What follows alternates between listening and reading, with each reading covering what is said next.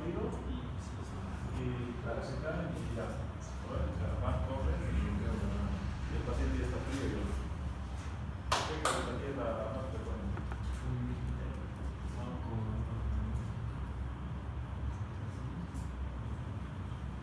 ¿No saben? La calentadía más frecuente es la comunicación intervisual.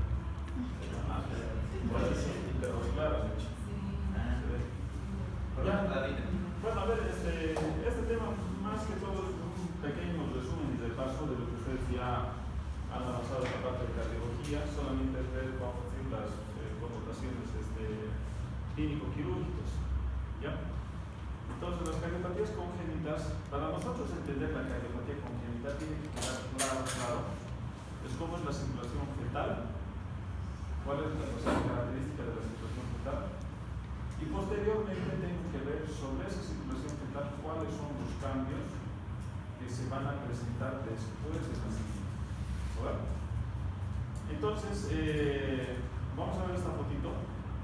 ¿Ya? La foto que está del lado derecho es la circulación fetal. Y la clave del éxito, para que ustedes entiendan esto, que seguramente el cardiólogo también les ha dicho, la clave del éxito es entender que el pulmón es hipoplásico en la vida embrionaria. Ninguno de los embriones, ninguno de los fetos ya está respirando dentro de la cavidad uterina, ¿no? De hecho, el órgano que va a oxigenar la sangre en la vida uterina es la placenta. ¿Estamos? Es la circulación materno-fetal. Entonces, lo que va a pasar en esta parte es que el corazón, vamos a decir, tiene que tener algunos cambios, algunos puentes, como para que haya, vamos a decir, el flujo de sangre oxigenada que viene desde la placenta y vaya hacia la circulación fetal. ¿No? Porque la circulación adulta, ¿cómo es la circulación? ¿Cómo sería la circulación? Llega la sangre, pues el retorno venoso por las venas cavas, a la aurícula derecha, el ventículo derecho, a los pulmones, y luego por las venas, vamos a decir, pulmonares, a la aurícula izquierda, el ventículo izquierdo, y posteriormente vas a ver la circulación sistémica por la aorta, ¿verdad? Eso es lo que tendría que ser, vamos a decir, la circulación que nosotros estamos viendo del lado izquierdo. Ahora, ¿cuáles son los puentes que tiene que tener el corazón? O sea, si yo tengo el pulmón, o sea, si yo tuviera esta circulación en la vida fetal sería imposible. ¿Por qué? Porque tendría problemas, porque el pulmón está, vamos a decir, de una manera colapsada, está, vamos a decir, inmadura todavía. Ya, es tal la presión, vamos a decir, en el sistema pulmonar, en el sistema circulatorio pulmonar, que hace que el flujo sería imposible. Entonces, ¿qué es lo que va a pasar? Lo primero, cuando yo tengo sangre oxigenada, y esta es la primera diferencia, ¿no? La sangre oxigenada va por la arteria o por la vena umbilical.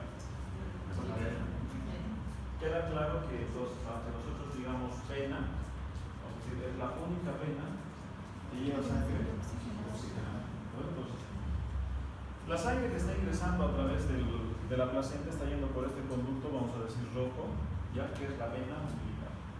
Esta vena umbilical ya va a atravesar a través del ductus venoso. El ductus venoso es como un puente, es como un camino, ¿ya? El ducto venoso que va a comunicar la vena, vamos a decir, umbilical a lo que sería la vena cava inferior. ¿Estamos? Qué importante, o sea, tienen que tomar en cuenta, vamos a decir, este ducto venoso. ¿Por qué? Porque vamos a decir que en la circulación general, en la circulación ya adulta, post nacimiento, este ducto venoso se va a convertir en la parte izquierda permeable de lo que sería la vena porta. El resto se va a obliterar. ¿Y en qué se va a convertir cuando se oblitera la vena umbilical? En el ligamento redondo. Si el ligamento redondo va a ir desde el borde anterior del hígado hasta el ombligo, ¿no ve?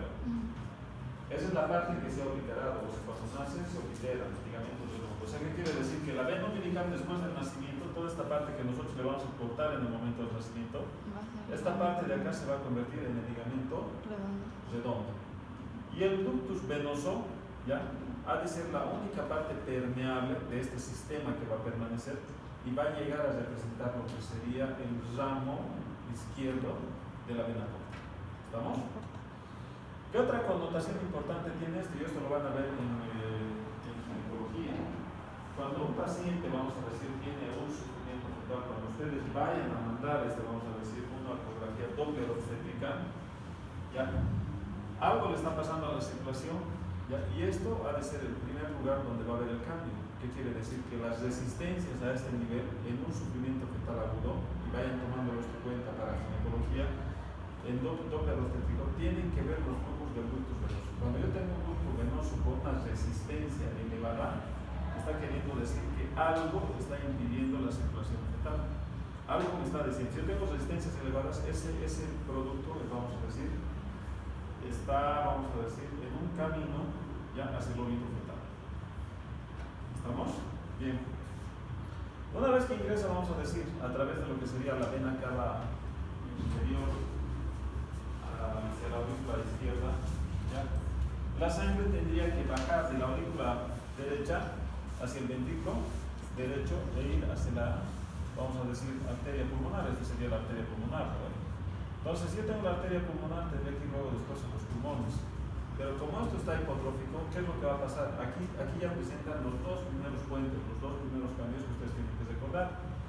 Uno que es el más importante, que es la comunicación interauricular. ¿A ver? ¿Se entiende o no? Como el pulmón está cerrado y no me va a dejar permitir pasar, vamos a decir, la circulación a través del pulmón para llegar al ventrículo izquierdo, entonces el primer puente es la comunicación, vamos a decir, a través del agujero oval, va a entrar, vamos a decir, de la aurícula derecha, directamente va a pasar a la aurícula izquierda. ¿No? ¿Por qué? Porque hay una presión tal en el pulmón que no está dejando que la sangre pueda fluir por la arteria pulmonar. ¿Estamos? Entonces, el primer puente es la comunicación interauricular. Vamos a decir que aproximadamente un 60-70% de este ingreso de la sangre oxigenada va a atravesar este orificio. El otro 35% ingresa, vamos a decir, dentro del ventrículo, vamos a decir, derecho, y sí va a ser bombeada a través de la arteria pulmonar. Pero esas resistencias hace que de ese 35%, más o menos el 20-25% se va a ir por la comunicación por el ductus arterioso. ¿Ya? Se va a ir por el ductus arterioso hacia lo que sería el borde inferior de la aorta primitiva. Entonces, ¿qué quiere decir? Que aquí tengo una comunicación, tengo un puente, y el segundo puente está en el ductus arterioso. Entonces, de toda la circulación, del 100% de la circulación que está llegando por la vena umbilical, más o menos un 5 a un 10% va a atravesar, o sea, va a llegar sí al pulmón, o sea, sí se va a oxigenar el pulmón, pero no es con esa función de oxigenar la sangre, sino simplemente es una arteria, vamos a decir, que le está dando la nutrición, los elementos necesarios para que el pulmón siga desarrollando y siga madurando. ¿Estamos? Posteriormente, ¿qué es lo que va a pasar? La sangre de la aurícula izquierda ingresa en el ventrículo izquierdo y ahí sí se va hasta lo que sería la aorta. ¿Estamos?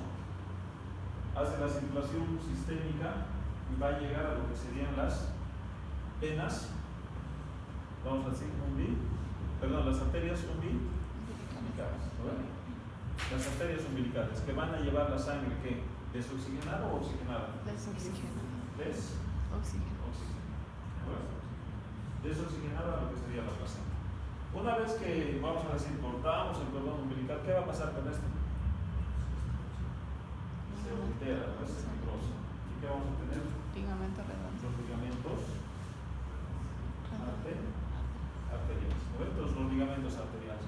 De hecho, ahí, o sea, en esta parte que les acabo de mencionar, está, vamos a decir, el concepto básico que ustedes tienen que tener de los elementos del ombligo que están relacionados con las hernias umbilicales. ¿No? Yo tengo el ligamento redondo y tengo los dos ligamentos arteriales. ¿Estamos? ¿Queda claro esa parte? ¿Sí, no ven la diferencia entre circulación fetal y la circulación, vamos a decir, en la vida extrauterina? ¿Cuál ha de ser los cambios que, o sea, cuando yo corto el cordón umbilical, ¿cuáles son los cambios que tendrían que pasar a nivel del corazón? La circulación. Lo primero que va a pasar es que la comunicación interauricular se va a cerrar, ¿no? Se tiene que cerrar la comunicación interauricular. ¿Ya? Y el otro cambio es el que el ductus arterioso también tiene que cerrarse y pasar a ser el ligamento arterioso. ¿Ve? ¿Cuánto tiempo pasa más o menos este cambio? ¿Este cambio es inmediato? No. ¿Cuánto tiempo pasa? Usted se ha llevado pediatría, ¿no? A veces no se cierra. Primero, pero sí, evidentemente a veces no se cierra. De hecho, va a ser una causa de cardiopatía. Pero más o menos, ¿cuánto tiempo tendría que pasar para que se cierre fisiológicamente el ducto arterioso?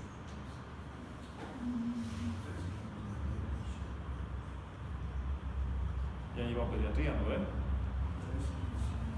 No, es en días, es 48 a 72 horas tendría que cerrarse, digamos, más allá. O sea, más de esos días te está dando la posibilidad de que ese, vamos a decir, ducto arterioso sea permeable, ya que es otro tipo de cardiopatía. Bueno, entonces esos dos cambios, los dos puentes tendrían que cerrarse. Bueno, bien, perfecto. Entonces, vamos a empezar a ver aquí un poquito de la parte general, ¿ya? ¿Qué quiere decir cardiopatías? ¿Qué viene por cardiopatías congénitas? Que de nacimiento.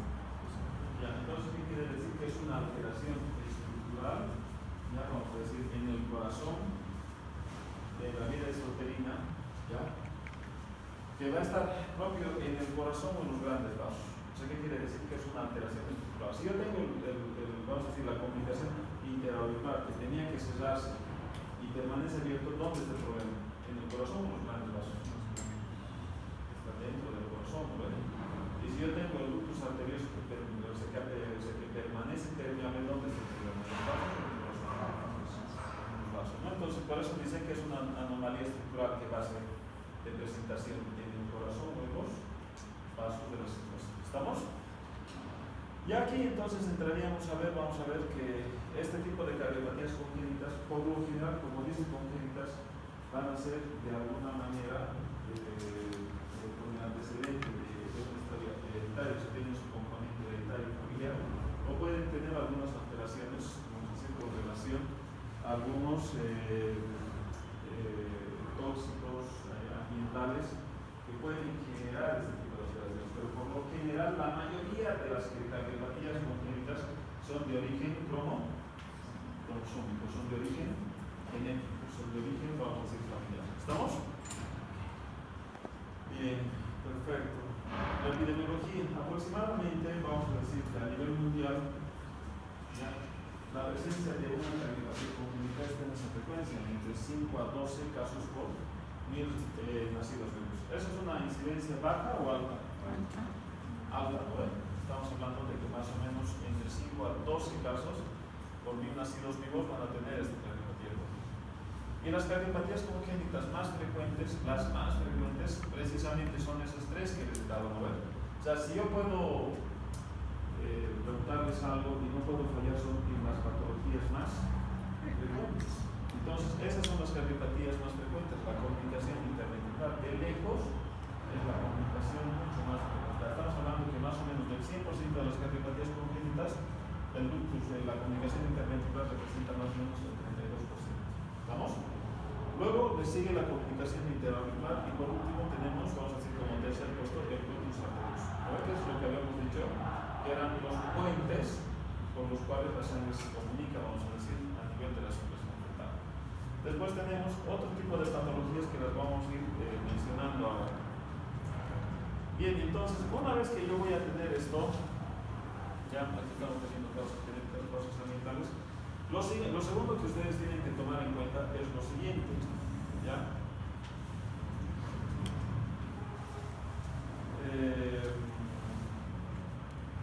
Bueno, entonces, lo segundo que nosotros vamos a tener que tomar en cuenta es la clasificación. Hay una clasificación que ustedes tienen que tener en su mente y que no pueden olvidarse. ¿Cómo clasifican las cardiopatías congénitas?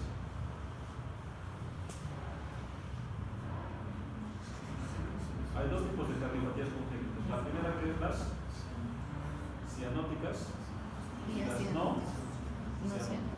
¿No ven? Esa es la clasificación. Yo tengo un paciente que va a venir por lo general. Algunos niños van a tener, vamos a decir, se van a presentar, algunos neonatos se van a presentar de forma, vamos a decir, asintomática, y las manifestaciones, inclusive las cardiopatías congénitas, se van a presentar ya en la vida adulta. Y hay algunas manifestaciones que se van a presentar ya en los, vamos a decir, neonatos. ¿Cuáles son las cardiopatías? O sea, las cardiopatías que más se van a presentar, las manifestaciones más frecuentes, son en las cardiopatías cianóticas. O sea, el niño que de momento, o sea, por algún motivo, empieza con cianosis, vamos a decir, cristal y peri. Claro. Esos pacientes se van a agitar, van a tener un llanto débil, no van a poder alimentarse porque prácticamente el esfuerzo de la alimentación hace que el paciente, suspendemos la clase, no vamos a decir. Entonces estos niños se van a manifestar precisamente porque van a tener debilidad, van a tener el problema de que no van a poder ganar peso, ¿ya? Y van a tener alteraciones en el desarrollo, en el tamaño, ¿verdad? Esas han de ser las manifestaciones comunes de los cardiopatías. Pero está sintomático, o el paciente presenta cianosis, o sea, se tiene que dar cuenta por eso, si el paciente tiene cianosis, van a tener debilidad, llanto ronco, alteraciones en la alimentación, ¿ya? Vamos a decir, pérdida de peso y alteraciones en el crecimiento del producto. Esas son las manifestaciones clínicas más frecuentes. Ahora, una vez que nosotros vemos esto, la clasificación de las cardiopatías van a ser las primeras que nosotros tenemos que ver, son las cardiopatías asianóticas. ¿Qué quiere decir asianóticas? No presentan cianosis. No tiene cianosis. Entonces, ¿cuál sería, vamos a decir, el mecanismo por los cuales un paciente tendría cardiopatías asianóticas?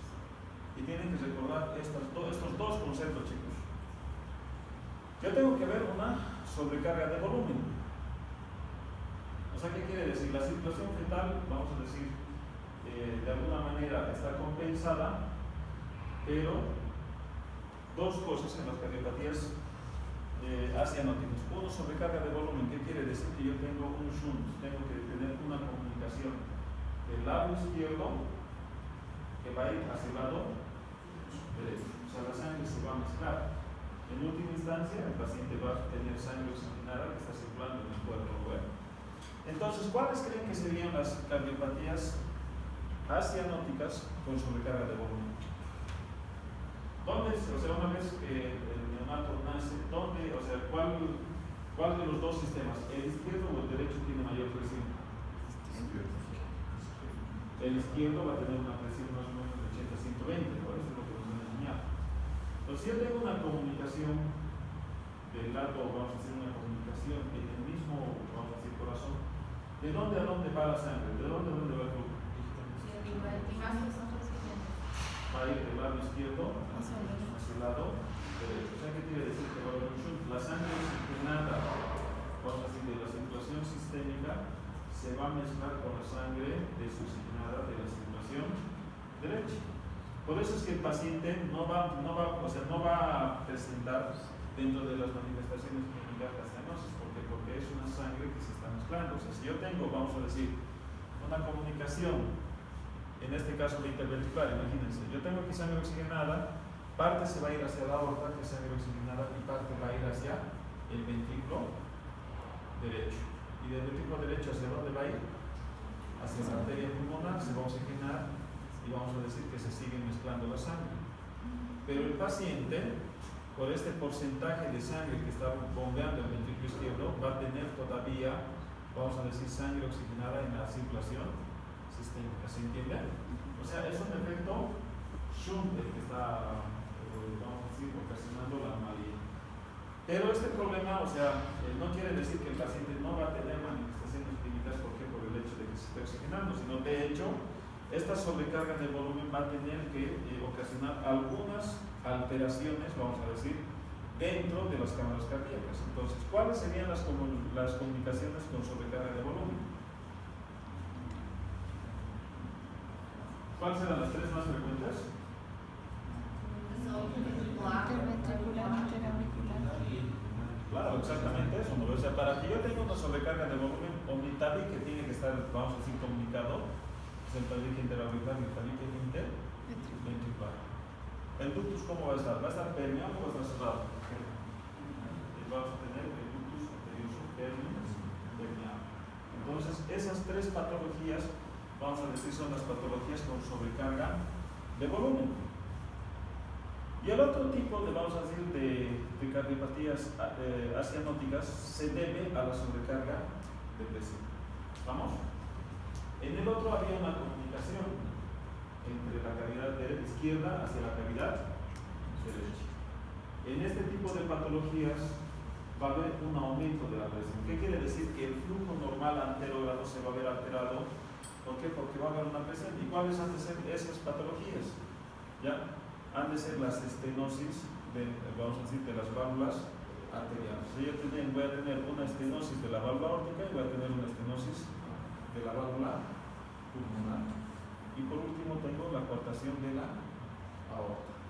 Bien. Entonces, primer concepto, para que ustedes entiendan cardiopatías congénitas, ustedes tienen que saber, uno, fundamental, las diferencias entre la circulación fetal y la circulación, vamos a decir, extrauterina. Es lo primero que ustedes tienen que saber. Lo segundo que ustedes tienen que saber, vamos a decir, es saber dividir la clasificación de las cardiopatías congénitas. Dos tipos, uno, cardiopatías asianóticas y las cianóticas. Entonces, cuando yo tengo las cianóticas, esas cianóticas tienen dos grupos. Uno, que es la sobrecarga de volumen y el aumento de la presión. Entonces, bien, está perfecto. ¿Estamos? Entonces, estas patologías, ya ustedes, estas las cianóticas de entrada, ya las tendrían que tener memorizadas, ¿no? ¿Estamos? Por ejemplo, si yo tengo una sobrecarga de volumen, como vamos a ver después, sobrecarga de presión, como vamos a ver después, imagínense, yo tengo una estenosis de la válvula aórtica, ¿qué le va a pasar al corazón? ¿Qué?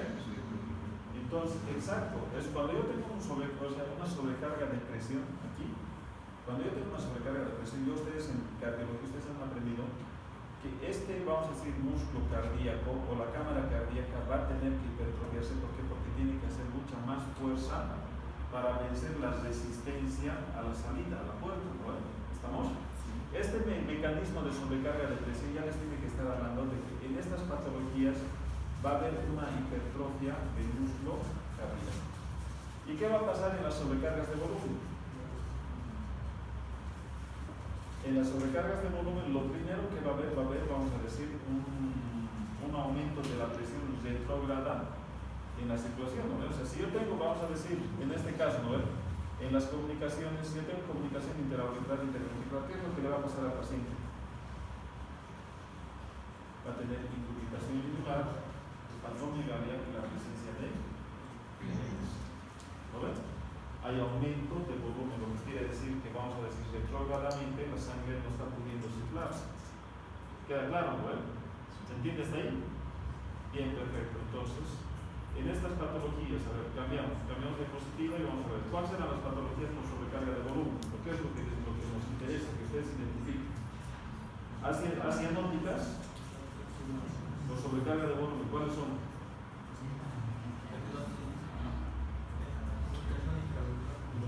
Interventricular y entonces con esas tres vamos a decir patologías, ustedes están hablando de más del 75%, vamos a decir de las patologías congénitas en el corazón más frecuentes. Los aumentos de presión, ¿cuáles han de ser?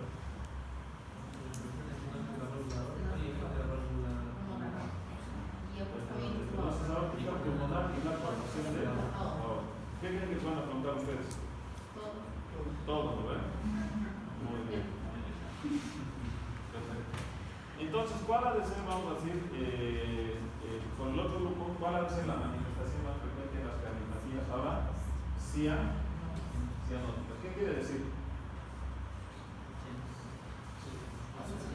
Que aquí sí, vamos a decir, la sangre, o sea, que está circulando, está desoxigenada.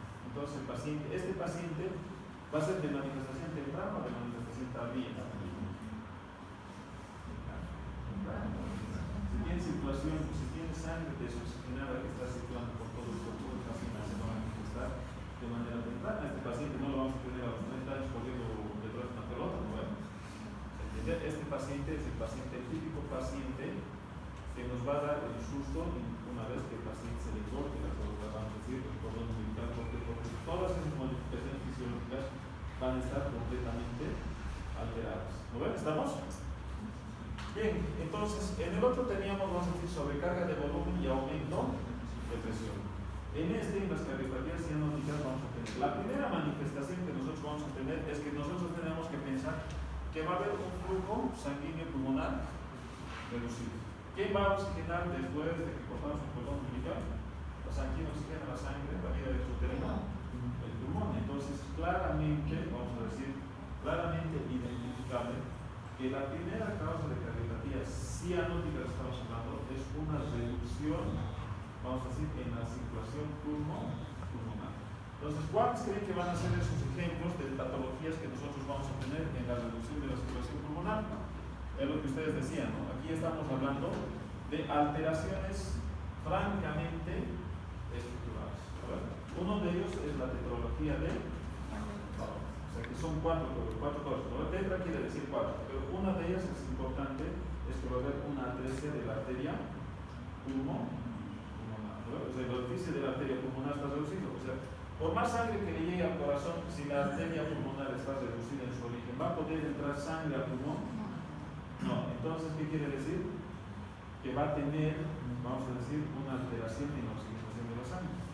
Y eso ya me está hablando que la tetralogía de Fallot, o sea, agarradito de la mano, ya me tiene que decir si la arteria pulmonar está cerrada, ¿por dónde tendría que pasar la sangre? Del lado derecho, ahora tiene que pasar, a diferencia del anterior, ahora tiene que pasar del lado derecho al lado izquierdo, ¿no?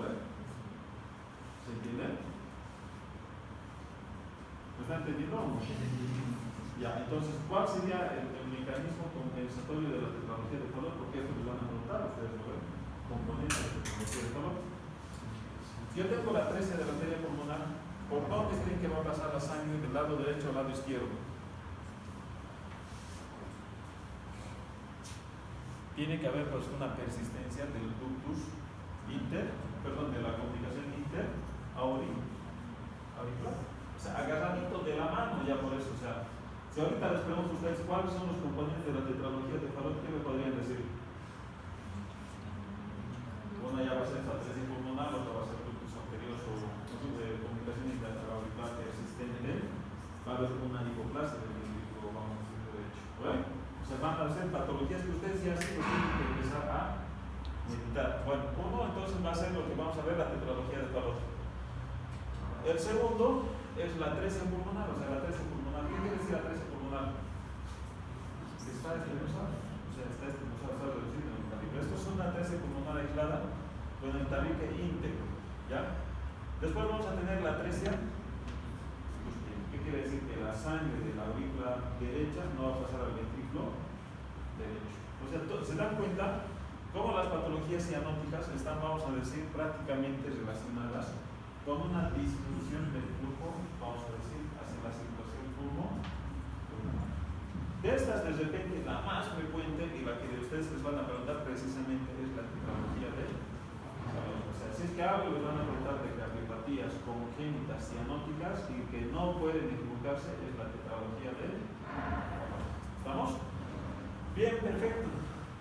Y por último tenemos vamos a decir, la patología que es el flujo sanguíneo. Aquí estaba reducido y aquí tenemos, vamos a decir, una tetralogía. Vamos a decir otro mecanismo que es ahora, en contraposición al anterior, este sí tiene un flujo pulmonar aumentado. ¿Ya? Pero ¿cuál es el problema? Que yo tengo una transposición de grandes vasos. ¿Qué quiere decir eso? ¿De dónde nace la arteria pulmonar? ¿Y la aorta? ¿El ventrículo? Si yo digo transposición de grandes vasos, ¿qué quiere decir?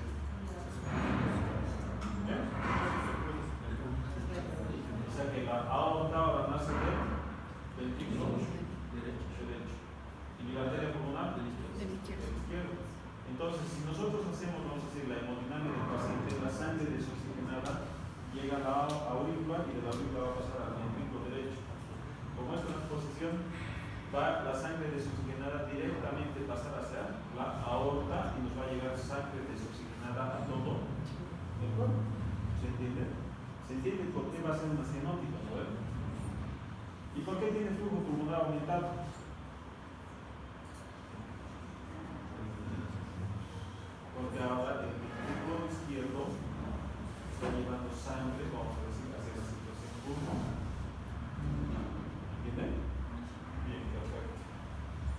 Luego después tenemos la otra patología que es el ventrículo único. O sea, ¿qué quiere decir?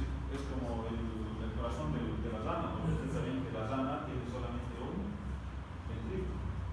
O sea, ¿qué quiere decir? Que la aurícula derecha y la aurícula izquierda están, vamos a decir, separadas, pero ambos van a, vamos a decir, mandar la sangre a un ventrículo único. ¿Estamos? Bien. ¿Queda claro entonces con esto? ¿Sí o no? A ver, entonces, ¿cuáles son, vamos a decir, las patologías de las cardiopatías cianóticas?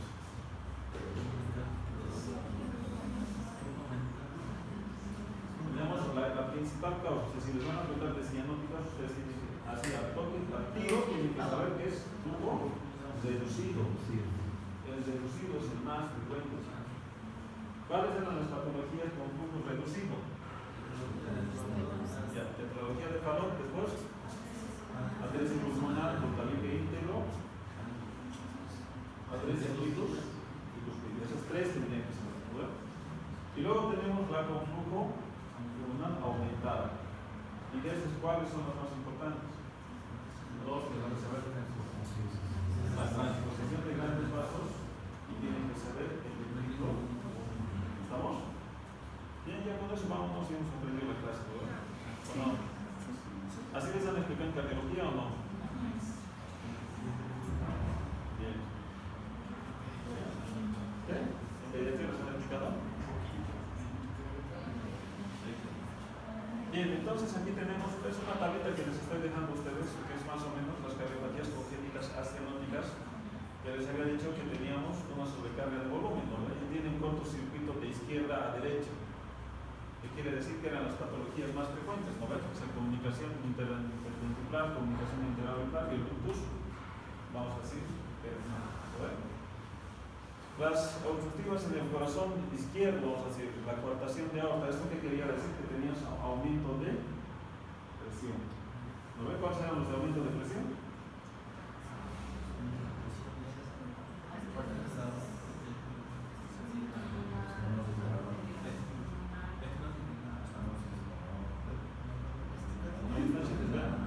Es que precisamente es ahí, cuando ustedes les preguntan en un caso clínico y les dicen, no, tengo un paciente que viene, vamos a decir, con una alteración del corazón, vamos a decir, sin cianosis, entonces ya ustedes tienen que saltar esos nombres, o sea, no se pueden equivocar. Sobrecarga de presión, estenosis de la valva aórtica, pulmonar y coartación de la aorta. ¿Se entiende? ¿Estamos? Quédense con estas tablitas, ¿por qué? Porque esto les va a poder ayudar a identificar rápido el caso del paciente, ya sea, vamos a decir, con el paciente mismo en un examen, vamos a decir, tipo test. ¿Estamos? Bien, entonces, vamos a avanzar. Vamos a ver si las cardiopatías acianóticas. Sobrecarga de volumen era de memoria, tienen que saber eso, tienen que quedar. No podemos avanzar si no aprendemos esto. Sobrecarga de volumen. Ductus. Ya tenemos el ductus. Sobrecarga de presión. Pulmonar y coartación de la aorta. ¿Ya? Perfecto. Ahora, en las cianóticas, flujo pulmonar reducido, ¿cuál era? Tetralogía de Fallot, atresia pulmonar y atresia tricuspide. Y con el flujo pulmonar aumentado,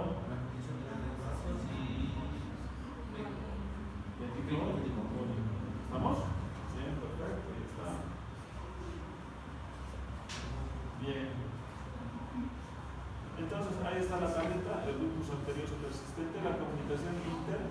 Por eso les decía, ¿cuáles son de estas las más frecuentes? Pues de estas tablas, por si acaso las tablas, ya de las frecuencias les están diciendo cuáles son las patologías que seguramente ya se van a presentar con mucha más frecuencia y cuáles son esas patologías que ustedes no pueden obviar, o sea, son las patologías que se van a presentar en cualquier momento.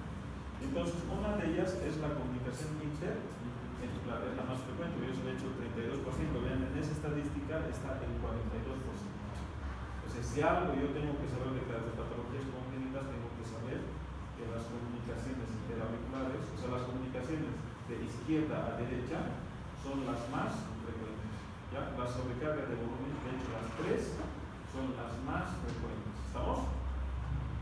Bien, perfecto. Entonces, aquí vamos a ver lo que se llama un resumen de las cardiopatías congénitas cianóticas. Entonces, una de ellas, vamos a decir, bueno, esto ya lo sabemos, ¿no? O sea, tenemos bien condicionadas por el perflujo pulmonar, es una comunicación de la situación sistémica hacia la situación pulmonar, lo que va a haber un aumento de volumen de sangre del lado izquierdo hacia el lado derecho. ¿Queda claro, no? Aquí quiere decir que la sangre del lado izquierdo está pasando hacia el lado derecho. ¿Estamos? Los cambios van a depender del tamaño, la localización y la resistencia del pulmón. Bueno, es un resumen de la clínica. Entonces, entramos. Aquí hay una patología, comunicación, o sea, persistencia del conducto arterioso. ¿Qué tipo de cardiopatía es? Cianótica. ¿Es por aumento de presión o por aumento de volumen? Entonces tenemos aquí un aumento de volumen. ¿Qué va a pasar? La sangre del ventrículo izquierdo va a ir hacia la aorta. ¿Dónde hay mayor presión? ¿En la aorta o en la pulmonar? Aorta, ¿no? Entonces aquí yo tengo 120 milímetros de mercurio. ¿De dónde a dónde va a ir el flujo de sangre? ¿Va a ir de la aorta a la pulmonar o de la pulmonar hacia la aorta? De la aorta hacia la arteria pulmonar. ¿Estamos? Ese es el show de la comunicación. ¿Va a haber alguna manifestación de cianosis en este paciente? No, lo único que va a haber un aumento de la presión en la circulación, vamos a decir, pulmonar. ¿Estamos? Bien, entonces el concepto es, vamos a decir, la persistencia del conducto arterioso a través de la sexta semana de vida. Les había dicho que normalmente el ductus arterioso tiene que cerrarse en las primeras 72 horas. ¿Cuándo yo voy a hablar de persistencia del ductus? A partir de la sexta semana. ¿Estamos? Bien, si yo tengo la persistencia de este ductus, ¿cuál creen que hace la manifestación clínica?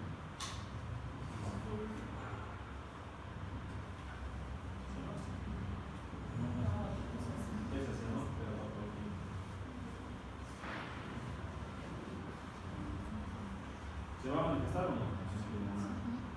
Se va a manifestar, sí, pero la característica de este paciente va a venir porque al momento de la, vamos a decir, de la ocultación cardíaca, ¿qué vamos a tener?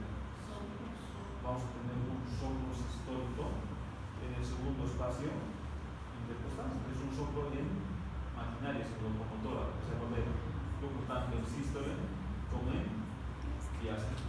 ¿Estamos? El flujo es continuo, pues esa es la característica.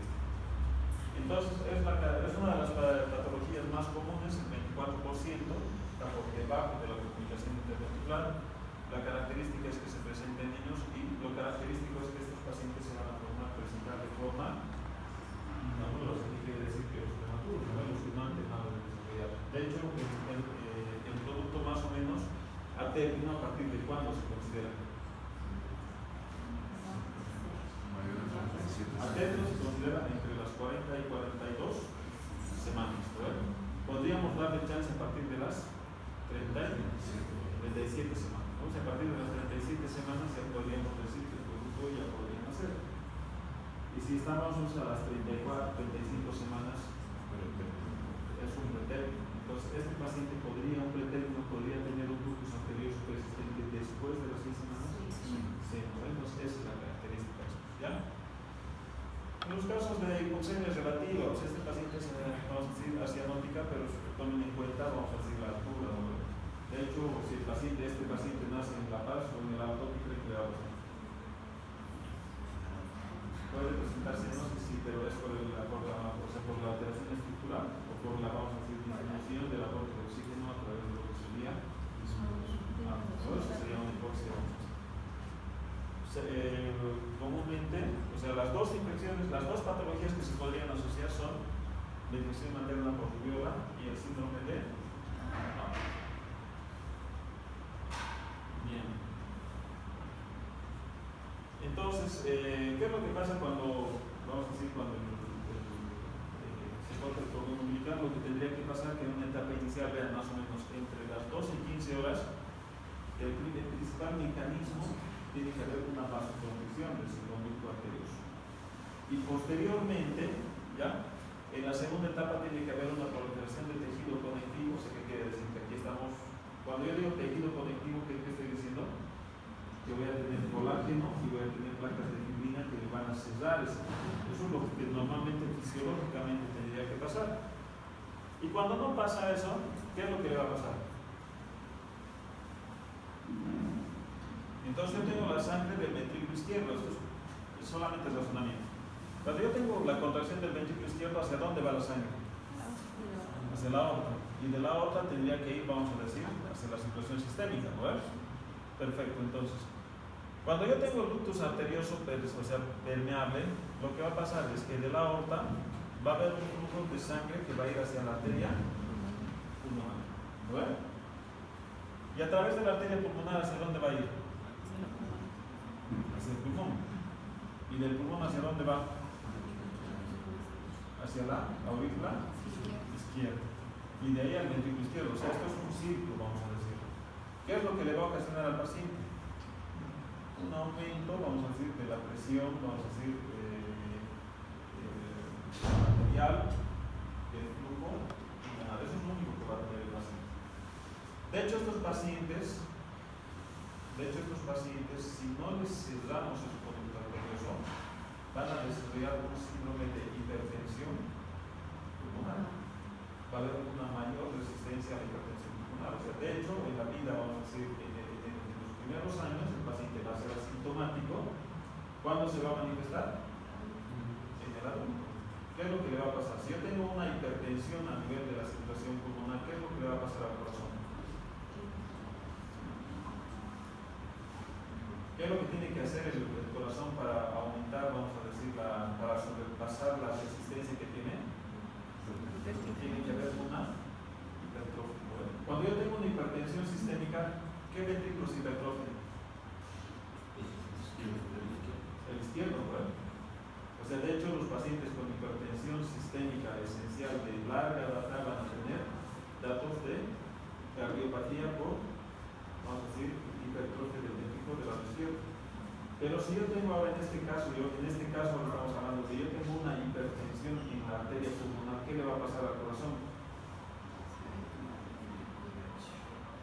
El paciente va a tener datos de hipertrofia del ventrículo derecho. Vean cómo este paciente, si no lo llegamos a tratar, ya de momento puede, aparte del soplo, ya, que puede presentar el paciente como manifestación clínica esencial, el paciente va a presentar, vamos a decir, a la larga, una hipertrofia del ventrículo derecho. ¿No ven? Es lo que les decía, menos flujo de aire a nivel del cuerpo, puede tener cansancio, sudoración por disminución del gasto cardíaco, pero ese esfuerzo se va a manifestar a la larga en el ventrículo derecho. ¿No ven? ¿Se entiende? ¿Se entiende cómo es un círculo? ¿No ven? O sea, cómo se va a relacionar esta patología. Bien, entonces, ¿cuáles serían los síntomas más frecuentes de este paciente? Hemos dicho que probablemente se presente de manera asintomática. Y a medida que vayan pasando los años, ¿por qué? Porque el neonato, ¿qué es lo que hace el neonato? 28, o sea, póngale 6 meses de vida, ¿qué es lo que hace el niño? Duerme. Porque el niño está durmiendo, o sea, tiene algún esfuerzo físico, el niño tiene que salir y poder hacer algo, nada, por eso se puede presentar de manera, vamos a decir, asintomática. Pero ya cuando el niño vaya a la escuela y haga ejercicio, ¿qué es lo que le va a pasar? Cansancio, lo más frecuente, ¿no ve? Lo más frecuente es que voy a tener un soplo continuo de eyección, ya os he dicho, un soplo de maquinaria que va a estar en el segundo espacio intercostal.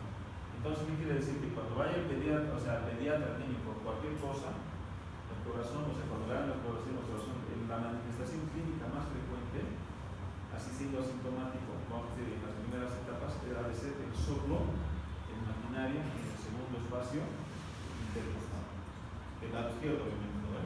Y a medida que vaya creciendo el niño, la segunda manifestación más frecuente ha de ser el cansancio. ¿Por qué? Ahora, aquí el chiquito tiene que correr, ¿no? Quiere salir a jugar, qué sé yo, un partido de fútbol, quiere salir a correr. ¿Qué es lo que le va a pasar? Claro, es el cansancio. ¿Por qué hay cansancio? Porque, vamos a decir, hay una disminución del gasto cardíaco. Vamos a decir que una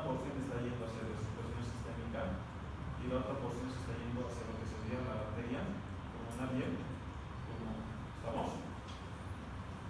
Pero va a tener infecciones pulmonares a repetición, ¿verdad? Y algunos niños no pueden presentar síntomas, ¿no? Pero a la larga estos pacientes van a tener hipertensión pulmonar. O sea, ¿qué quiere decir? Que cuando vean ese lindo capítulo de hipertensión pulmonar, les van a presentar la patología del ductus arterioso persistente. Bien, aquí hay una clasificación, ya que vamos a decir es muy relativa, pero no está por demás que lo sepan. Es que cuando el cortocircuito es pequeño, generalmente son asintomáticos, ¿ya? El moderado y el grande ya se va a presentar con manifestaciones, vamos a decir, clínicas, que lo que les decía a ustedes, vean acá. Cuanto más grande, o sea, la evolución del paciente sea de años, o sea, no es lo mismo que ustedes agarren, vamos a decir, un pediátrico de 3, 4 años y se den cuenta que tiene un ductus arterioso persistente. Entonces, en el moderado vamos a tener disnea, esfuerzo, cansancio y vamos a tener disminución del peso, pero ya cuando es grande, las manifestaciones que ustedes tienen que evitar es la hipertensión pulmonar. Porque cuando ya tengo una hipertensión pulmonar, este dato por lo general ya les está hablando de que la lesión va a ser de forma irreversible. ¿Ya? Irreversible. Bien, ¿cómo harían el diagnóstico de ese paciente? Aparte de la auscultación, ¿no? O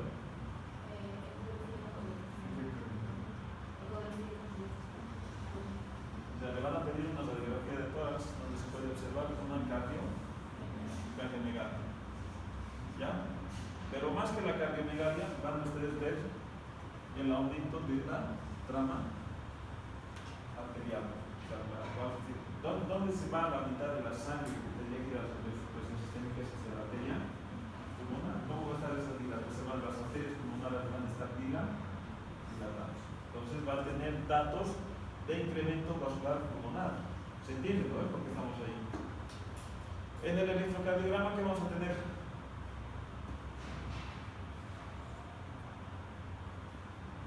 ¿Hacia dónde se va a manifestar? Hacia el lado derecho. ¿Cuáles son las derivaciones que nos van a manifestar el lado derecho? A nivel del corazón, a nivel del electrocardiograma, ¿dónde tendría que ver? Tengo que ver una R de más de una R de más de 1 milivoltio. ¿En qué derivaciones? Yo hablando de hipertrofia ventricular derecha.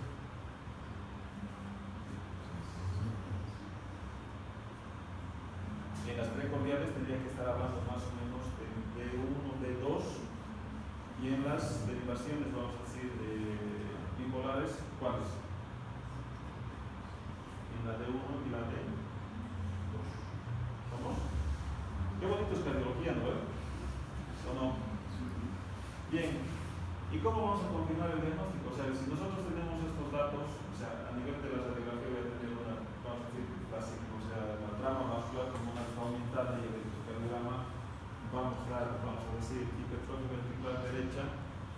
El ecocardiograma me tiene que mostrar vamos a decir, el flujo persistente del ductus y me va a mostrar la hipertensión en la arteria pulmonar. ¿Se entiende? Bien, perfecto. ¿Cuál es el tratamiento? Ya se me estaba bien. ¿Cuál es el tratamiento? ¿Qué? ¿Cuál hay? Si ustedes ya son farmacólogos. ¿Cuál es el tratamiento de elección? Así, el tratamiento de elección. Pregúntanos, ustedes se han presentado al examen de residencia, todos han empatado. Todos tienen 99.9, les falta ese 0.01%. ¿Para qué? Vengo yo y les digo. Ya, el que me diga a mí el tratamiento del ductus arterioso entra a la residencia. ¿Cuál es?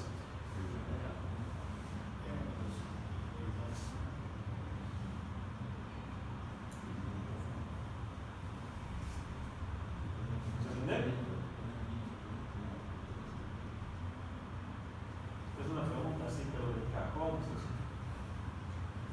Tratamiento del ductus arterioso persistente. La administración de indocracia. Así que ya vayan acordándose en pediatría, ya vayan acordándose en la sala de ginecología, en el paciente, o sea, prematuro.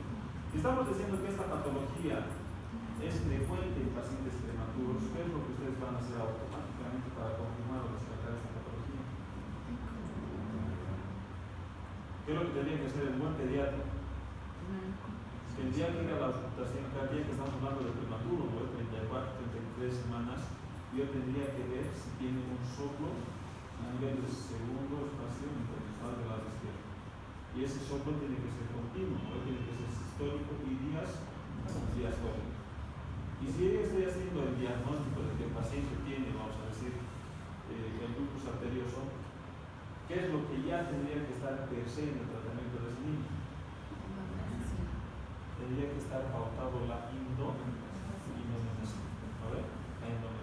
La indometacina, que es ese medicamento que exactamente no se ha determinado la causa de por qué a diferencia de otros AINES, este es el que presiona vasoconstricción en el conducto arterioso. ¿Estamos? Bien, le he dado indometacina 34, 35, 36 semanas, 37 ya empieza el paciente a crecer y no se cierra el ductus. ¿Lo dejo o no lo dejo? No. ¿Por qué no lo voy a dejar al paciente con los ductus? Porque en el desarrollo del paciente, aparte de su disminución de peso, de su ganancia ponderal, de su cansancio, de su disnea, lo que le va a ocasionar al paciente es una hipertensión pulmonar, chicos, que es un daño irreversible, ya que va a progresar luego en hipertrofia ventricular derecha. Entonces, nosotros vamos a permitir que un paciente con ductus llegue a un hipertrofia ventricular. No. Entonces, ¿cuál sería el tratamiento? Entonces, hoy en día, el drenaje, o sea, el cierre percutáneo, ya yo voy a canalizar la arteria, vamos a decir, femoral, y voy a ascender por la aorta hasta identificar el orificio del ductus arterioso persistente y puedo ocasionar, vamos a decir, una clasificación de sustancias esclerosantes o voy a aplicar láser. Se voy a llenar la arteria por dentro. Es como agarrar el electrobisturí, ponerlo dentro y voy apretando y voy sacando, vamos a decir, el catéter percutáneo, y eso va a hacer que la arteria prácticamente se queme, haga vasoconstricción y luego haga fibrosis. Hoy en día sería, vamos a decir, el tratamiento es el cierre percutáneo. Anteriormente se hacía así, yo tenía que entrar a hacer una toracotomía o tenía que entrar con la cámara de videotoracoscopía y tenía que ir a poner un clip. Ustedes han visto, vamos a decir, la colestectomía, la paroscopía, yo creo que no se han visto, ¿verdad? ¿Han entrado a las colestectomías laparoscópicas? ¿Sí? ¿Qué es lo que le hacen al conducto cístico? Aproximar y distal o recortar. En este caso es lo mismo. Si yo entro a la cirugía por toracoscopía, voy a poner un clip que se llama, vamos a decir, un clip, y voy a dar esa comunicación. ¿Estamos? Entonces, ¿el ductus arterioso lo tendríamos que dejar o no? No. Entonces, es una patología que ya deja. ¿Cuál es el pilar fundamental del tratamiento? La indometacina. Paciente prematuro, yo ya tengo que pensar en que le tengo que ir a auscultar el corazón. ¿Verdad? Bien, perfecto. La segunda patología que nosotros vamos a ver el día de hoy es la coartación aórtica. ¿Cianótica o acianótica? ¿Bien? Acianótica.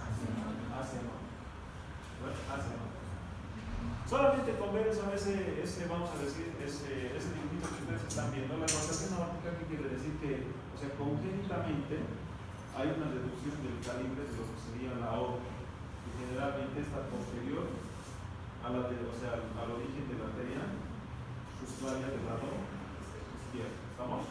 Esa es, vamos a decir, la localización más frecuente.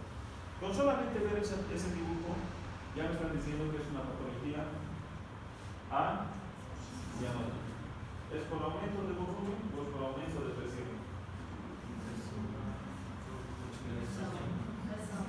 Entonces, ahí ya está la definición. ¿Qué es la cardiopatía? Doctor, ¿qué es la coartación aórtica?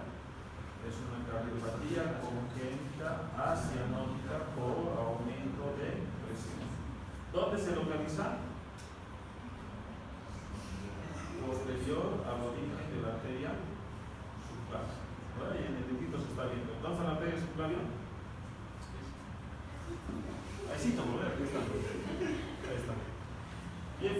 Entonces, si en el ductus ustedes tenían que ir a auscultar, vamos a decir, la arteria o el segundo espacio del costado del lado izquierdo, yo lo que tendría que hacer inmediatamente con este paciente pensando en que yo voy a hacer una palpación,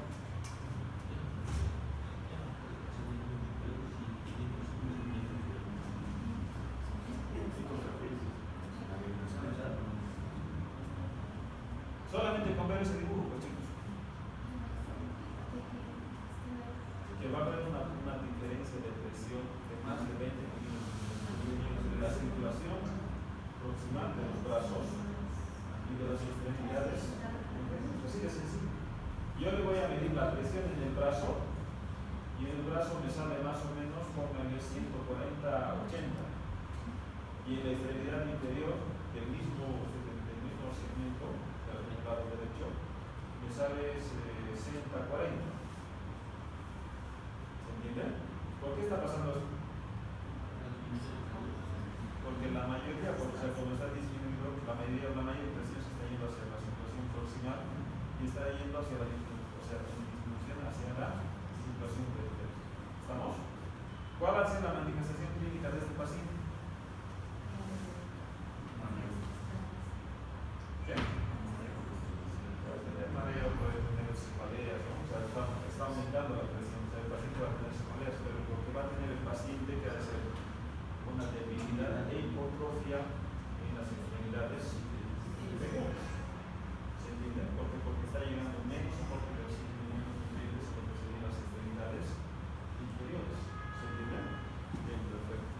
Con solamente ver ese dibujo ya prácticamente hemos desarrollado todo el tema. ¿No? ¿Dónde se origina? Distal al origen de la arteria. Claro, perfecto. Es un estrechamiento de la arteria aorta que causa una obstrucción del flujo aórtico. ¿No ven? Y por último, ¿cuál va a ser el mecanismo compensatorio de esta patología? Si lo dejamos así, tiene una coartación aórtica, nunca ha ido el paciente al pediatra, viene con su hipotrofia, cansancio, debilidad en las extremidades inferiores, tiene su cefalea, aumenta la presión proximal. ¿Qué es lo que le va a pasar al paciente? 10 años. Va a tener un hipertonio del ventriculo y si se me dice por ejemplo el ventriculo izquierdo, ¿cómo va a estar el gasto cardíaco? ¿Aumentado o disminuido? ¿Aumentado o disminuido?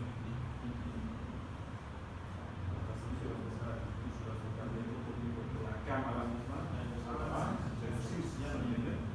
y ahí sí el paciente va a empezar, vamos a decir, con debilidad, cansancio, disneo. ¿No? Perfecto. Bueno, epidemiología constituye el 5% de las patologías congénitas, que es la octava malformación, mayor incidencia en varones 4-1, y la asociación es el síndrome de Turner. ¿Estamos? Bien, perfecto. Si esta es manifestación con el síndrome de Turner, el ductus arterioso, ¿con qué patología estaba relacionado? Síndrome de Down.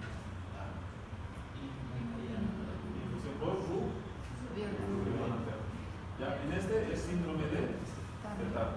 ¿Estamos? Bien, perfecto. Es una alteración, es un defecto, vamos a decir, en la biogénesis, ¿ya? De forma congénita. Y este es el cuadrito que nosotros tendríamos que ver. Entonces, yo tengo aquí, vamos a decir, una obstrucción en la aorta. ¿Qué es lo que va a pasar? Hay una resistencia a la salida, vamos a decir, del ventrículo izquierdo. ¿Qué es lo que va a ocasionar? Un aumento de la poscarga. ¿Saben qué es la poscarga? ¿No? Es la fuerza que tiene que ejercer el corazón para poder andar, para poder hacer la expulsión de la sangre hacia la circulación sistémica. Si yo tengo un aumento en la poscarga, ¿qué es lo que le va a pasar al paciente? Una hipertrofia del ventrículo izquierdo. ¿Queda claro, no? Si yo tengo, vamos a decir, esta patología ya, ¿qué es lo que le va a ocasionar? Tengo una hipertensión lo que les decía, pues eso, hay una hipertensión en los miembros superiores y hay una hipotensión en los miembros inferiores. ¿No? Hay una diferencial de presión de más de 20 milímetros de mercurio entre la presión sistólica y diastólica de la extremidad superior versus la extremidad inferior. ¿No ven? Bien, perfecto. Como no está llegando sangre hacia la circulación periférica, ¿qué le va a pasar a este paciente? ¿Cómo es, vamos a decir, la reacción de filtración glomerular? ¿Cuál va a ser el mecanismo compensador en este paciente? ¿Entiendes, no? La mayor proporción de sangre se está yendo hacia la circulación superior, o sea, la cabeza, cuello y extremidades superiores. Tengo una disminución de presión en la parte inferior. ¿Qué es lo que le va a pasar al paciente? Va a activar el sistema renina, enzima, aldosterona y me va a detener agua aquí y me va a aumentar la volumen, o sea, me va a aumentar la volumen. ¿Estamos? Perfecto. Entonces, si ya tengo, vamos a decir, esa patología, ¿cuál cree que sería, vamos a decir, el cuadro clínico de este paciente? Que ya lo han dicho, ¿no? Una presión arterial, vamos a decir, no obtenible o disminuida en las extremidades inferiores, retardo de los pulsos femorales, todo está indicando que es, vamos a decir, una disminución en la presión de las extremidades inferiores, ¿no? Y tenemos hipertensión en la extremidad superior. ¿Qué quiere decir? Es un diferencial de más de 20 milímetros de mercurio, que es lo que nos está dando la manifestación clínica del paciente. Bueno, ¿cómo hacemos el diagnóstico?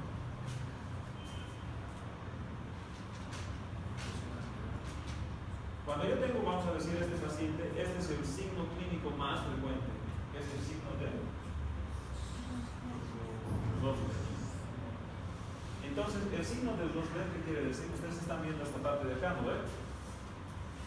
Tengo una escotadura en el borde interior de las costillas. ¿Por qué tengo esa escotadura?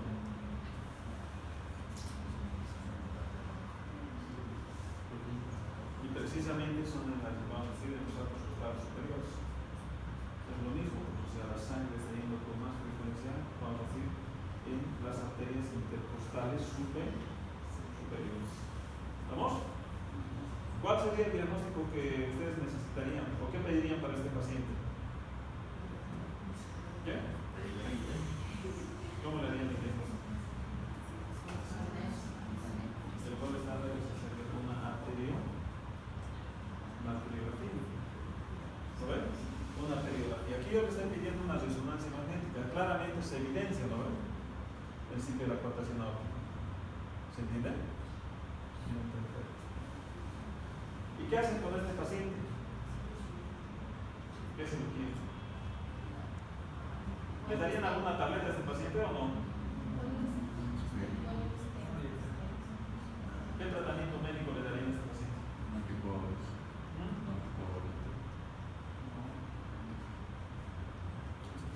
Si disminuía el gasto cardíaco hacia abajo y si aumentaba la red, o sea, vamos a decir, el sistema renina intencional, los te van a para el diurético, podría ser, o sea, le vas a detectar el volumen, pero no le vas a hacer tratamiento. El tratamiento sería darle un IECA o un ARA.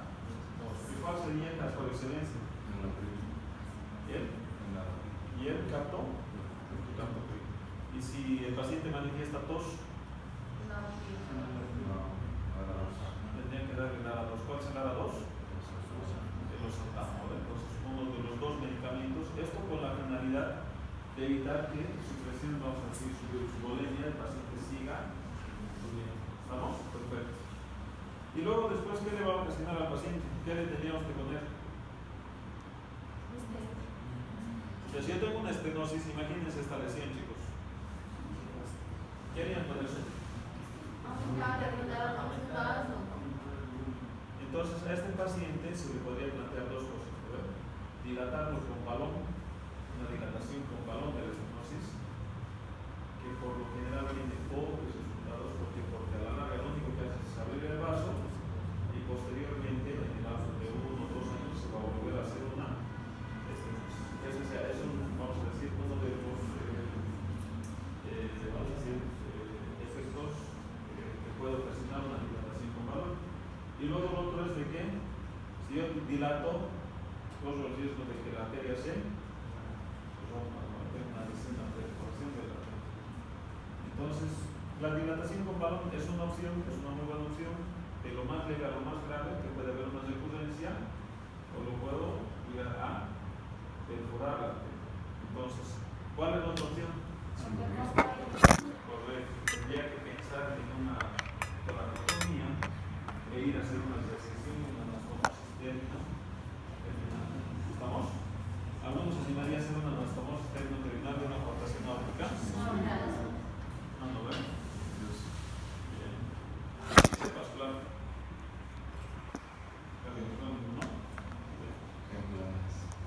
Bien, entonces ya hemos visto dos patologías que son asianóticas. Bueno, vamos a ver ahora las asianóticas con efectos septales. Entonces, la más frecuente era la comunicación interventricular. Aquí estamos viendo la comunicación interauricular. Bueno, esto no hace mucho que nosotros le pasemos. Usted sabe que los cojinetes, vamos a decir, en la aurícula, van a dejar el ostium primum y el ostium secundum, ¿no? Que son los más frecuentes. ¿Cuál es el ostium primum? ¿Cuál era el ostium primum? ¿Dónde estaba ubicado? Primero aparece el ostium primum, ¿no? O sea, ¿qué quiere decir? Que el tabique interauricular va a ir creciendo de proximal hacia la parte distal. O sea, ¿qué quiere decir? Que el ostium primum va a quedar en la parte inferior del tabique con las válvulas auriculoventriculares. ¿Entienden? Luego después va a aparecer el cojinete y ese cojinete va a ir creciendo de distal hacia proximal, lo que solamente me va a dejar el ostium secundum. O sea, eso tendría que repasar en la parte de biología. Eso les digo, ¿no? Vamos a levantar 50 kilos ahorita. O sea, esas son las dos localizaciones más frecuentes. El ostium primum, que está relacionado con la desembocadura de los orificios auriculoventriculares, y el ostium secundum está en la parte media del tabique. Este es el primero, este es el más, vamos a decir, prematuro, y este es el que está ya relacionado con el previos a los momentos de parto. ¿Estamos? Bien, perfecto. Entonces, si yo tengo, vamos a decir, una comunicación interauricular, ¿qué le va a pasar al paciente? Ya ha nacido el paciente, ya está en sus manos. Va a haber un flujo de función de izquierda a derecha. La sangre se está mezclando, es lo mismo que en el ductus anterior, se está bajando, se está yendo de la aurícula izquierda hacia la aurícula derecha. Y la situación continua es lo mismo que vamos a decir que da el ductus anterior.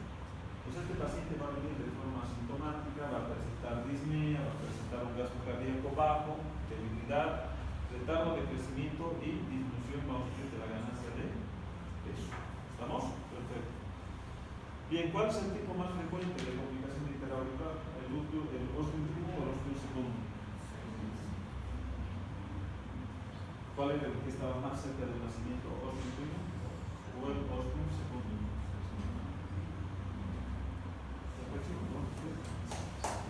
¿Está en la tabla? ¿Está ahí? ¿El ostium secundum? Entonces está en la parte baja o en la parte media del tabique interauricular. Está en la parte media. Les invito a repasar esta ideología china porque medio chinos son ustedes. ¿Bueno? Bien, entonces soplo de eyección en el foco pulmonar. ¿Dónde está el foco pulmonar? Izquierdo o derecho. Izquierdo, ¿no ven? La otra está en el lado derecho. Entonces yo voy a tener un soplo sistólico o diastólico. Voy a tener un soplo sistólico, vamos a decir, en el segundo espacio intercostal del lado izquierdo. Bien, lo mismo que les decía, pantalla abajo. Si yo tengo, vamos a decir, aumento de volumen, ¿qué es lo que le va a ocasionar al paciente? Cuando hay una, vamos a decir, hipertensión, el músculo se hipertrofia. Y cuando hay un aumento de volumen, ¿qué es lo que le pasa? Se dilatar, ¿no? Se empieza a dilatar.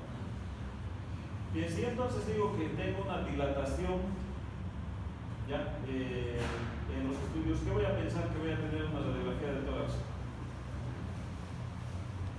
Voy a tener una cardiomegalia del dominio del lado derecho. Entonces, va a haber una cardiomegalia con crecimiento de la aurícula derecha y el ventrículo derecho, lo primero que se va. Y luego después voy a tener el tronco anterior subprominente, muy parecido al ductus anterior. Entonces, ahí está, yo tengo la radiografía. ¿Qué les parece ese corazoncito? Esas tres cositas tienen que buscar en la radiografía. Tengo que ver dilatación, vamos a decir que sería la aurícula y el ventrículo derecho. El ventrículo derecho lo voy a ver con una radiografía de tórax. ¿Se ve o no se ve el ventrículo derecho? ¿Sí o no? voy a mandar a cardiología otra vez. ¿Cuál es el signo de que yo tengo un ventrículo derecho aumentado?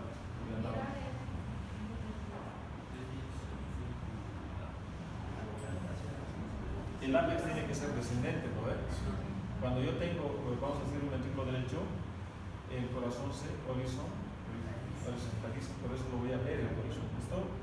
Y luego voy a tener una aurícula derecha prominente, ¿no ves? O sea, voy a tener una dilatación, perdón, voy a tener una aurícula derecha prominente y voy a tener una pulmonar, vamos a decir, sobre saliendo. Todo eso está, pues, yo tengo que ver el ventrículo derecho, aurícula derecha, y tengo que ver la arteria pulmonar. De hecho, si tengo este dato de sobrecarga de volumen, voy a tener un aumento de flujo pulmonar, pero esto ya, vamos a decir, en una etapa crónica de la enfermedad.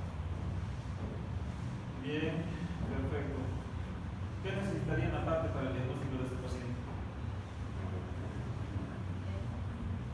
Tendría que necesitar sí o sí un ecocardiograma.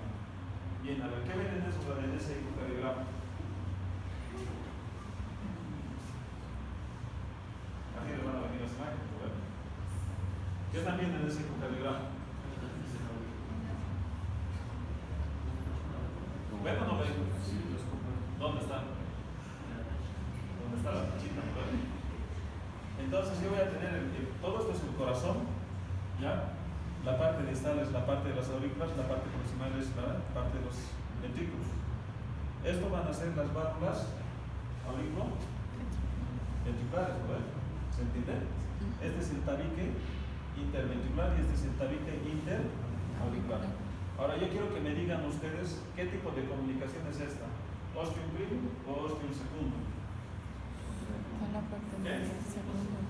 ¿Secundum? Sí. Ya se nos sabe. El más común es el ostium secundum, pero con este ecocardiograma, ¿qué tendría que decir?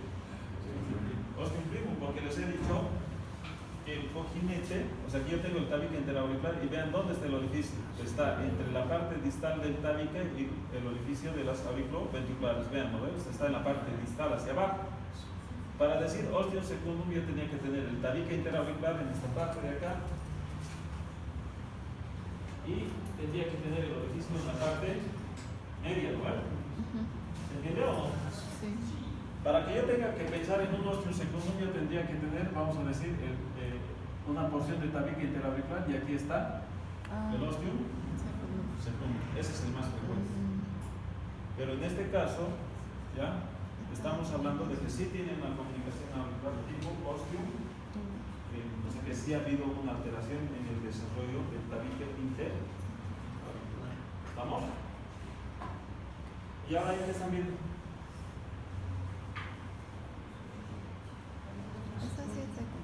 ¿Hay una comunicación interauricular, sí o no? ¿Sí o no? Sí.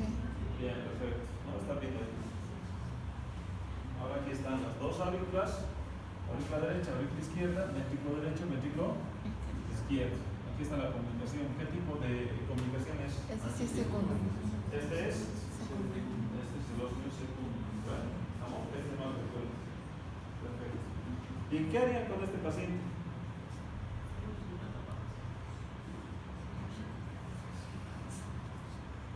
¿Qué harían con este paciente? ¿Lo dejamos o no? ¿Sí o no? El tratamiento de este paciente se ha visto que más o menos a medida que es como la hernia umbilical, ¿no?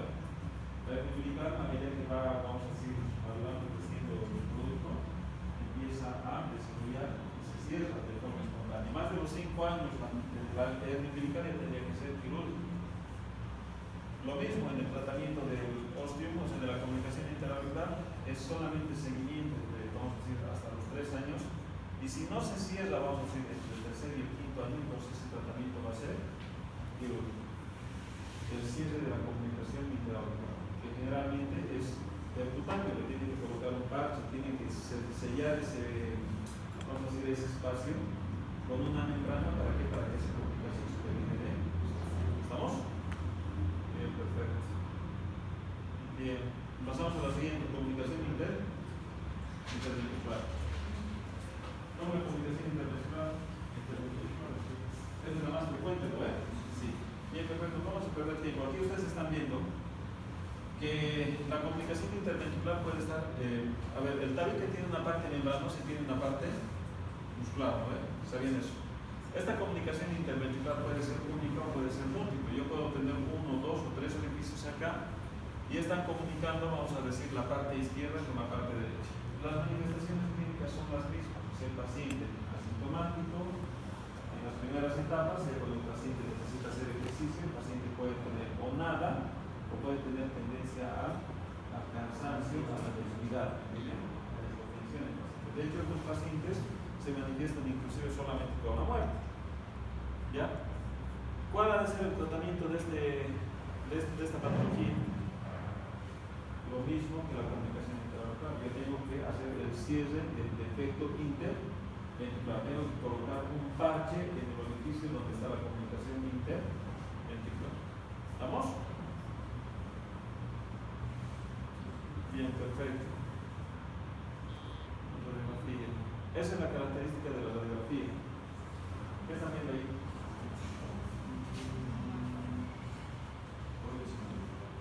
Aquí en el bolso del vaso. ¿Cuál es el mecanismo compensador de, vamos a decir, de una sobrecarga de volumen? ¿Era? Es la dilatación de la cámara. Entonces, ¿qué está pasando ahí? El ventrículo derecho está dilatado, lo que quiere decir que está levantando, está horizontalizando, vamos a decir, el ápice parte de la cardiomegalia. ¿Qué harían para confirmar a este paciente? Sí o sí. Estoy sospechando que tiene, vamos a decir, una complicación interventricular. ¿Qué? Le vamos a pedir una ecocardiografía. Y ahora aquí yo tengo, vean aquí yo tengo la aurícula derecha y tengo la aurícula izquierda. ¿Está comunicado o no? No. Aquí tengo el ventrículo derecho y el ventrículo izquierdo. ¿Hay una comunicación? ¿Dónde está? ¿En la parte muscular o en la parte membranosa? Entonces yo tengo aquí una comunicación interventricular de la parte membranosa. Eso quiere decir que este flujo está yendo hacia el ventrículo derecho. Y el ventrículo derecho se va a dilatar. ¿Estamos? De hecho, si ustedes ven la imagen, tendrían que ver una imagen así. ¿Qué les parece? ¿Entienden? Este es el tabique. Aquí yo tengo un efecto Doppler que está yendo del ventrículo izquierdo hacia el ventrículo derecho. ¿Estamos? El tratamiento de este paciente va a ser quirúrgico. ¿Este paciente lo podemos dejar o no? No, este paciente lo podemos operar rapidito, ¿verdad? ¿Por qué? Porque que se me dilate la aurícula derecha me va a ocasionar algún problema. No. Me va a ocasionar un problema, pero va a ser más que todo por una alteración en el electrocardiograma. Voy a tener una perquillada nada más. Pero en el caso del ventrículo derecho, ¿voy a dejar que se me dilate o no? No. Entonces este paciente lo tengo que operar rápido, ¿no? Perfecto. Bien. Cardiopatías cianóticas. ¿Cuáles son las cardiopatías cianóticas?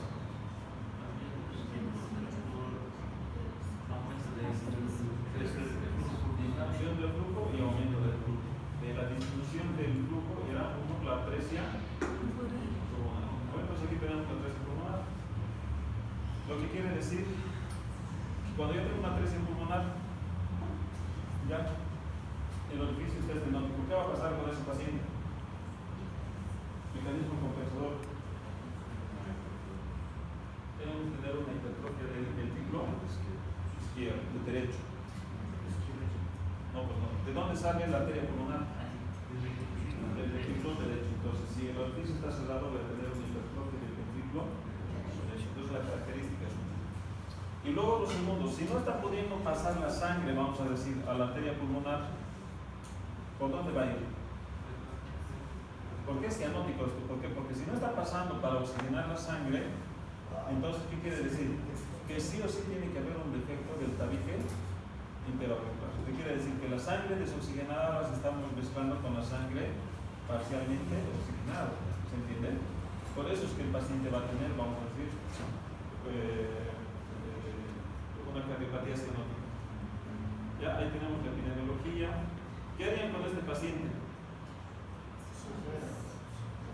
¿Qué es lo que tendrían que hacer? En este paciente tendrían que hacer una reposición de de la válvula pulmonar. O sea, tendrían que ponerle una prótesis a lo que sería la válvula pulmonar. ¿Vamos? ¿Se entiende, no? Sí, perfecto. Ya estamos por ahora, ¿no? Sí.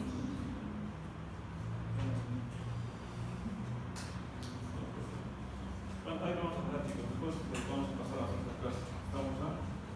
Desde nos estamos en hora, ¿no? Sí. ¿Se han cansado? Sí. ¿Sí? Examen de